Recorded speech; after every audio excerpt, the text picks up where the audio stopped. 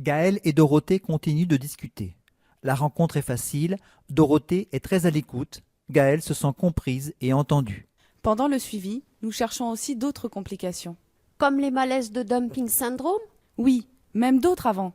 Le dumping syndrome survient généralement vers 4 à 6 mois après l'opération, mais il peut y avoir des complications avant ce temps. Parce qu'on ne mange pas assez bien? Non, parce que la personne a été opérée. Je ne comprends pas.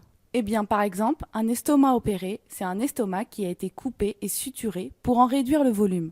Bien que le chirurgien soit très méticuleux, il arrive parfois qu'une suture lâche et qu'il y ait comme un trou dans l'estomac, ce qui n'est pas très bien. Généralement, on s'en rend compte assez vite, la personne n'est pas bien, a des battements de cœur rapides, mais parfois c'est plus insidieux.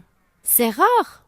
C'est rare, environ 5% des opérés, mais cela justifie de revoir le chirurgien dans le premier mois, comme pour toutes les autres chirurgies d'ailleurs. D'accord, dans le premier mois et ensuite un an plus tard. Oh non, plus tôt et plus souvent. Cela dépend des équipes. Ici, nous voyons les opérer 4 fois au minimum la première année. Ah, c'est bien, nous sommes bien suivis alors. Si vous venez régulièrement, cela permet de faire le point sur les complications, les carences et les difficultés avec l'alimentation, revoir si l'apport de médicaments est adéquat.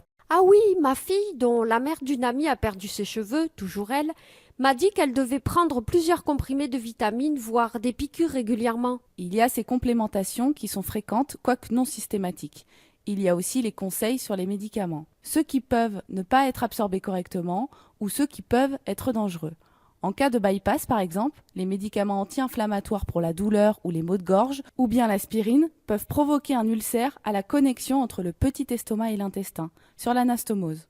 Vous avez vu, il y a beaucoup de publicité au sujet de ces médicaments à la télévision à ce sujet. Du fait de leur danger potentiel chez les opérés, il vaut mieux vérifier auprès de son médecin que l'on peut les prendre.